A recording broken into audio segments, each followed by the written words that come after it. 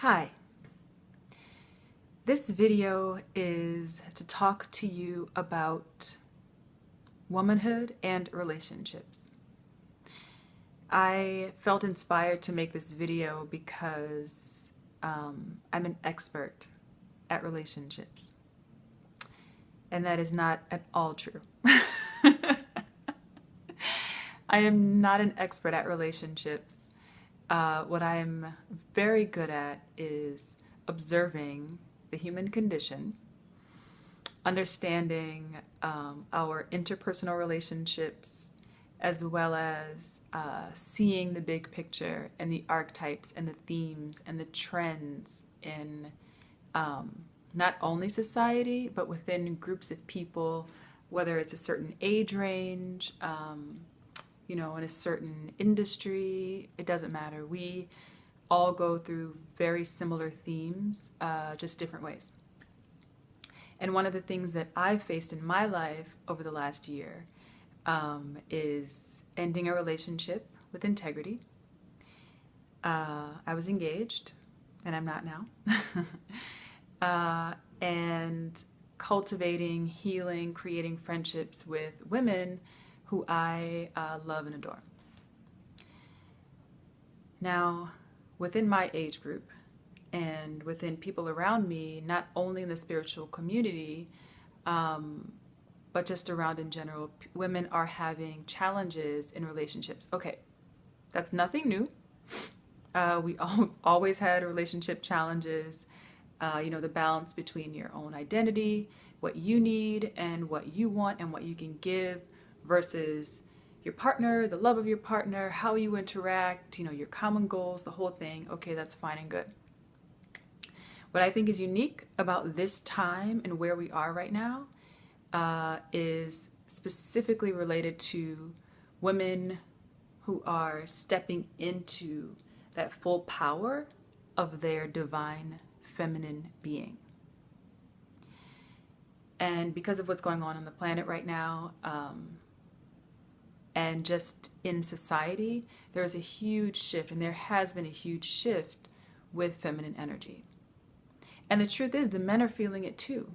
And that's also what's causing some of the friction because, as women, we're like, okay, I am more feminine, I am power, I am a goddess, and I am all these things. And yes, it's you stepping into more of what you think you should be.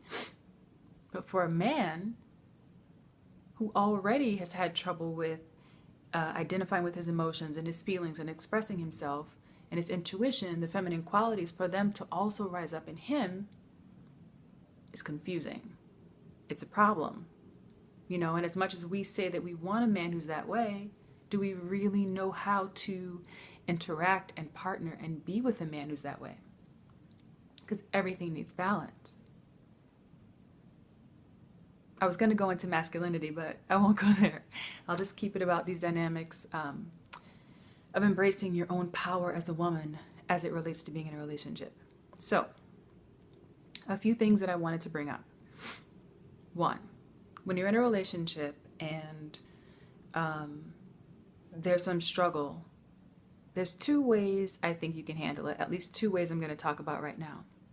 And one is noble, it's admirable,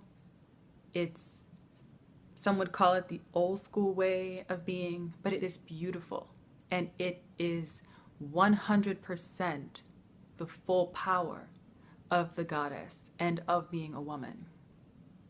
And that's being there, being in your relationship, being the one who upholds the relationship, being the one who takes care of yourself, being the one who takes care of the family, and being the one who takes care of the man. It's just another way of doing it. It's hard, but it's possible. And for some people, that is how their divine feminine shows up. That is how their goddess energy wants to be expressed right now. To be that for a family unit. And I think that's amazing. Okay? Because we can do it. You can do it. That's the power of womanhood. You know, if we look at women traditionally, they took care of a lot. You know, going back to women who were queens and they upheld the kingdom, or even in tribal communities.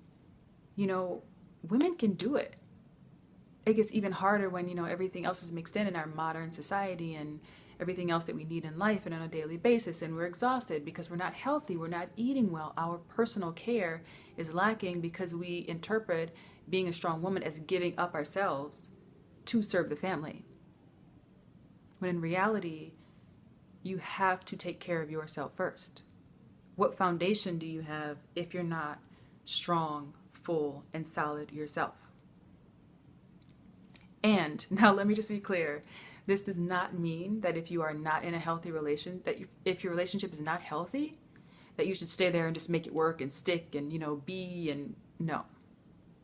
No. I'm talking about a relationship that is right. And you making the choice to do what it takes to make that relationship work within your feminine power. That's what I'm talking about. Now, the second option, which is also a very viable, admirable, and respected option, is if it's not working, why waste your time? You know, I hear so many women say, and I did it too, you know, I'm learning within this relationship. I'm learning so much, and you know, I can see so much that he can't see, and I don't want to leave him there where he is, and, you know, all these other reasons that we have for staying in relationships that do not work for us anymore. Getting into them was probably the best thing we could have done because it did teach us something, it did serve something, and at that point, that's where we were. And that's great. But when it doesn't work, sometimes you have to be brave enough to walk away. And sometimes you have to allow yourself to be in enough integrity and to love the person enough to know that maybe they'll be better too if you walk away. Now, walking away, we could call it something else and say it's not walking away. It's taking on something else for yourself. And I missed this, but I do want to say I'm also thinking of women who have greater roles to play in the world. Because the old family structure, you know, of the woman putting everything into the household, again, it's great and it's fine, but some women are now putting themselves out there to serve the world. And when their romantic relationship, their mate relationship, becomes like an example or like something similar to what they're doing out in the world, then that's something you have to look at. And that's more of what I'm talking about. You don't have to stay in that relationship because you're a helper, because you're a healer, because you want to serve, because you understand what the healing process takes and what the evolution process takes. Because just imagine how much more full your work could be and your life could be if you were more free, if you didn't have the stress, the struggle, the, you know, basically having your work in bed with you at night. And not to say to leave your relationship. I'm not saying anything except giving you an idea of what I've been seeing and what I see as the two different sides to the story. But it's a real story. And when we're on a path of personal expansion and we are on a path of healing and, again, being more of the divine, beautiful goddesses that we are, there takes some acceptance of that path and acceptance of what it means to be on that path, and also faith in where that path can take you. And sometimes it means stepping off of a path with someone else. And I think that the two questions that you can ask yourself when you don't know if that's the right choice for you: one, how much do you really love that person, and how much do you really want to be with them in spite of everything else? Can you see the other side of the problems that you're on? Because relationships ebb and flow. There's always going to be problems. There will always be a time when you're not on the same page. Can you see the other side of it and long for it and know that you're going to get back there and wait for it? Can you be present in the journey, looking at yourself and being there for your partner? If you can say yes, then great. Great. Because that's what divine partnership is. It's being there for the good and for the bad. The other question you can ask yourself is, can I love this person even if we're not together? Can I support this person even if we're not together in a relationship? Because you don't have to abandon them just because you leave. You can still be everything that you want to be for them while being even more for yourself. So ask yourself that. How does that feel to you to know that you can still help them, you can still be their friend? It may not be easy in the beginning if you're ending a relationship, granted, but if your intent and your purpose and your ultimate possibility would be to give them what you think you're giving them by being in the relationship while not being in the relationship, then maybe you have your answer. So again, this video is only to bring light and some words and some thoughts and experiences to what I see as a very, very prevalent situation with women right now. And it is what it is. This is where we are.